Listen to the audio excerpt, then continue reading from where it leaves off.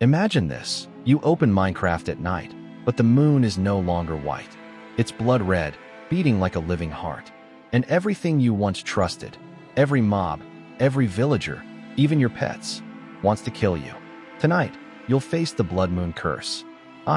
Before we begin, if you love terrifying Minecraft horror stories, subscribe now to Cursed Block and join thousands who dare to watch in the dark.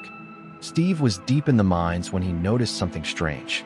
When he finally surfaced, the air felt heavier. The sky was unusually dark, clouds rolling unnaturally fast across the blocky horizon. But what froze him in place was the moon.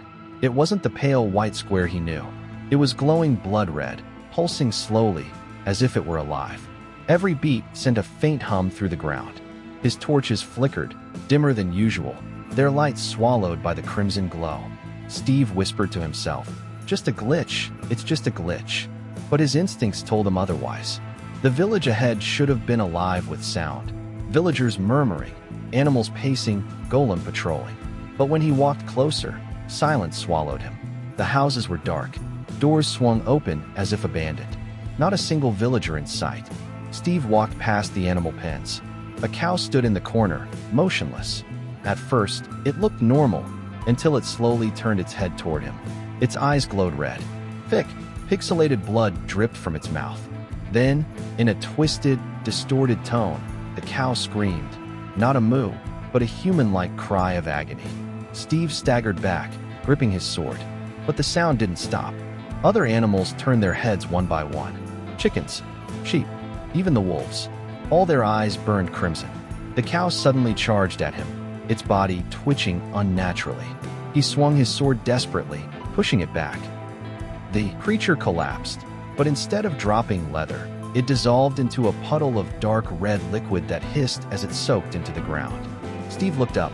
Every mob in sight had stopped moving, but they were staring. All of them, silent, unblinking, waiting.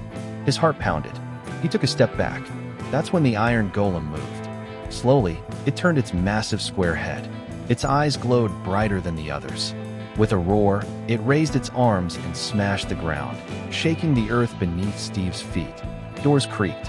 Shadows shifted. The villagers stepped out, but they weren't the same. Their blocky faces had stretched, mouths opening far too wide. Their usual HRM was gone, replaced by deep hissing sounds, like spiders.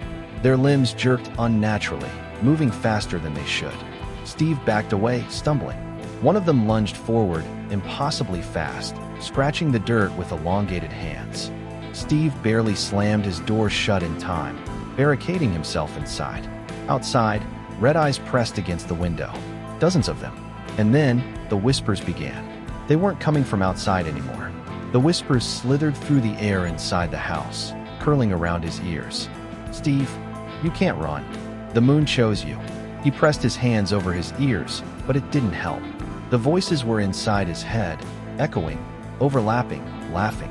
His chest tightened. His breaths came in shallow gasps. The chest in the corner rattled violently. He opened it and froze. Inside wasn't loot. It was a villager's face, stretched and twisted, whispering, "The curse is yours now." The lid slammed shut by itself. Panic took over. He couldn't stay here. He grabbed his pickaxe and did the one thing every player swore never to do. He dug straight down. The mobs upstairs banged on the walls, their screams growing louder, more distorted. The ground shook as the golem smashed at his roof. He dug deeper, faster. Dirt and stone rained around him. Finally, he broke into a cavern. But his relief didn't last, because the blood moon's light followed him. Crimson beams seeped through the stone, painting the cave walls red. And in the shadows ahead, mobs were waiting. Dozens of them, motionless, their glowing eyes fixed on him. They didn't move at first. They just watched. Then, all at once, they rushed forward. Zombies with broken, jagged limbs. Skeletons with bows that fired blood-tipped arrows. Creepers that hissed louder than thunder, their bodies bulging unnaturally before exploding into showers of flesh instead of blocks. Steve sprinted through the cave, heart racing, torches falling from his hands. But no matter how far he ran, the mobs were always there, just a few steps behind. And the whispers never stopped. Louder, deeper. The blood moon never ends. It only spreads. Steve stumbled into an underground pool of water, panting, exhausted. He leaned over it, trying to catch his breath. That's when he saw it. His reflection. But his eyes glowed red. He staggered back, shaking his head.